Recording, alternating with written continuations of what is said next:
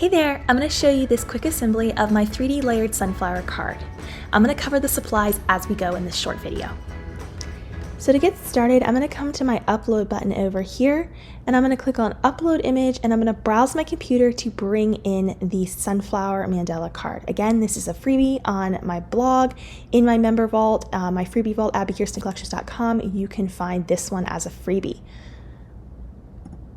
So I'm going to browse my location here where I saved my file, and then we're going to bring that in here. It's going to show you a preview. Go ahead and click on upload at the bottom corner, and then select the image under recent uploads and click add to canvas.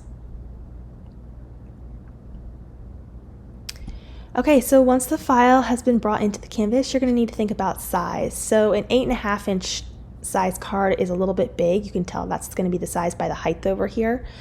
So I'm going to scale this down as a group to about 5.5 inches. That's a good size for this card. Between 5.5 and 6.5 inches is a good size. I'm going to go ahead and ungroup this using the ungroup tool at the top of the layers panel, and then I'm just going to slide this over slightly for a second here. And this line right here, you want to select that line and change it to a score line. That way this is going to score the card. In order to make sure that score line actually stays where we want it, we need to click and drag over the card, the green card base, and the score line. So I have just the green base and the score line selected, and you want to click the attach tool at the bottom of the layers panel. That way, when we go to place this onto our mat, Cricut is going to first score and then cut out around that score line as it's supposed to be. You can always use your arrange tool to send this to the back here, and then place this back over if you wish. Don't forget to save your project. That way all this prep is done and you don't have to do this again if you want to make the card in the future. If you want, you can always score down the center of this little fold piece here. I usually just sort of glue it right to the card and then gently fold it around. But you could add a score line here. If you'd like to add a score line, you can either duplicate the one I give you, or you could come over to the shapes panel and you could grab the score line that's in here and change that to the size you need, and then place it there and attach as well. But like I said, I generally will sort of just glue it around, and I like the look of it that way. But you definitely want to score your card so you have a place to refer to for the fold. Okay, once you've saved your project and you set that up, go ahead and click on the Make It button, and then we're going to start cutting this project out. I'm cutting on a mat here, of course, and I'm going to be using a glitter cardstock as well as a medium weight cardstock, so we would select the corresponding materials in Cricut Design Space here. Alright, so to get started with our super easy sunflower card here, you're just going to need to pick out the papers that you want to use. So I recommend you can mix like solids, metallics, and glitters together. That really gives it a nice pop. You want to aim for 65 to 80 pound cardstock, or a glitter cardstock, or a metallic foil cardstock. I'm going to be using a combination of those here today. So all you need to do is, once you've loaded that design up in Cricut Design Space, we're going to place our material on our mat here. You might want to use a brayer tool to push your material to the mat. That can be very helpful. And then I'm going to go ahead and load this up and select glitter cardstock, in my case here, in Cricut Design Space. I'm going to press the flashing go button to proceed with the cut. It might look like a play icon or a Cricut icon. And our Cricut machine is now going to cut out our design. So our cut is done. We're going to unload the mat now. So you want to flip over, and then you want to peel the mat away from the material.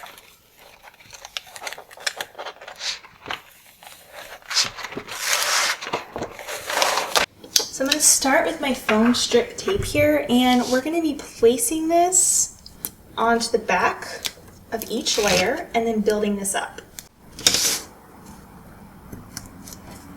I'm using my weeding tool here to help get the backs off of my foam strip tape.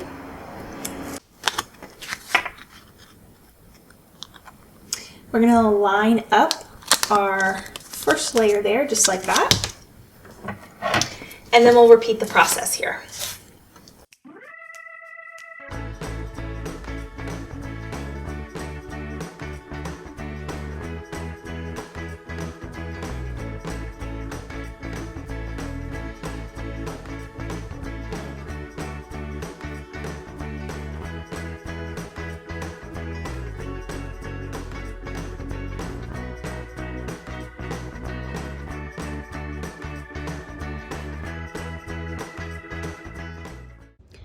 Okay, for the next step, I'm using this Barely Art glue here, and I'm gonna layer together the two sunflower centerpiece layers here, and this is just the center of our sunflower. So I like this Barely Art glue because it has a precision tip, so for delicate pieces like this, you can easily just dot or add little thin lines of glue, and it works really well. So you'll just line these two layers up. The glue also dries completely clear, so I'm adding another piece of foam strip tape to the center and then finishing my sunflower off by applying that to the center. There we go.